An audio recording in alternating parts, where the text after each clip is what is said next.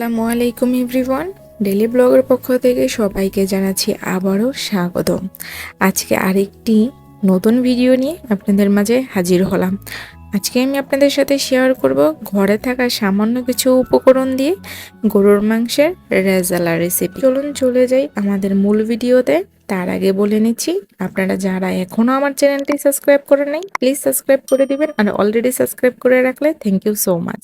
প্রথমে আমি একটি ব্লেন্ডারে জগ নিয়েছি, তার মধ্যে দিয়ে দিলাম হাফ কাপ পেঁয়াজ কুচি, 3টা কাঁচামরিচ একটু লম্বা সাইজের হওয়াতে আমি এখন কেচি দিয়ে কেটে টুকরো টুকরো করে দিয়ে দিব।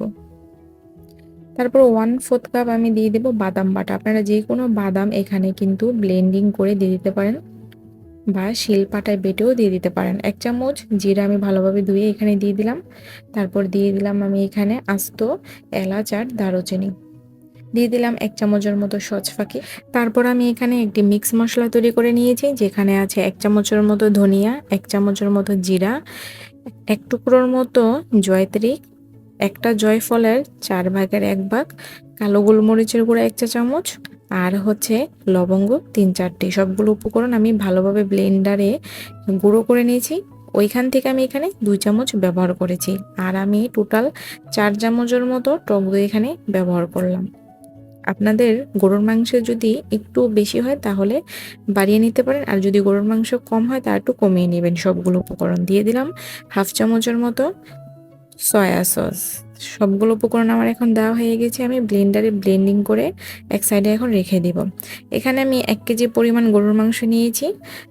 সেই গরুর মাংসটাকে আমি এরকম লম্বা লম্বা পিস করে কেটে নিয়েছি। এখন জাস্ট শুধু আমি একটু লবণ আর 2 চামচ পরিমাণ আদা রসুন বাটা আমি এখানে দিয়ে দিব, আর দিয়ে দিব আমি এখানে আগে থেকে যে মশলাটা তৈরি করে রেখেছিলাম সেই মশলাটা দিয়ে দিলাম। একটা টমেটো আমি ব্লেন্ডারে ব্লেন্ড করে পিউরি তৈরি করে নিয়েছি, সেটা আমি এখানে দিয়ে দিলাম। এখন সবগুলো উপকরণ ভালোভাবে আমি মাখিয়ে নেব। মাখানো হয়ে গেলে আমি এখানে সামান্য পরিমাণ হাফ চামচেরও একটু কম আমি এখানে একটু হলুদ আমি এখানে ব্যবহার করেছি, আর মরিচ গুঁড়া যে ভিডিওটা সেটার ফুটেজ আমার এখানে নেওয়া হয়নি, আমি ভুলে গিয়েছি, আপনারা দিয়ে দিবেন হাফ চামচেরও কম। এখন ভালো যেন একটা ফ্লেভার আসে সেজন্য আমি আস্ত একটু এখানে দিয়ে দিলাম তেজপাতা, এলাচ আর দারুচিনি আর পেঁয়াজ কুচি। এখন 10 মিনিটের জন্য ঢাকনা দিয়ে ঢেকে আমি রেস্টে রেখেছিলাম। 10 মিনিট পর আমি এটা সরাসরি চুলার মধ্যে বসিয়ে দিয়েছি।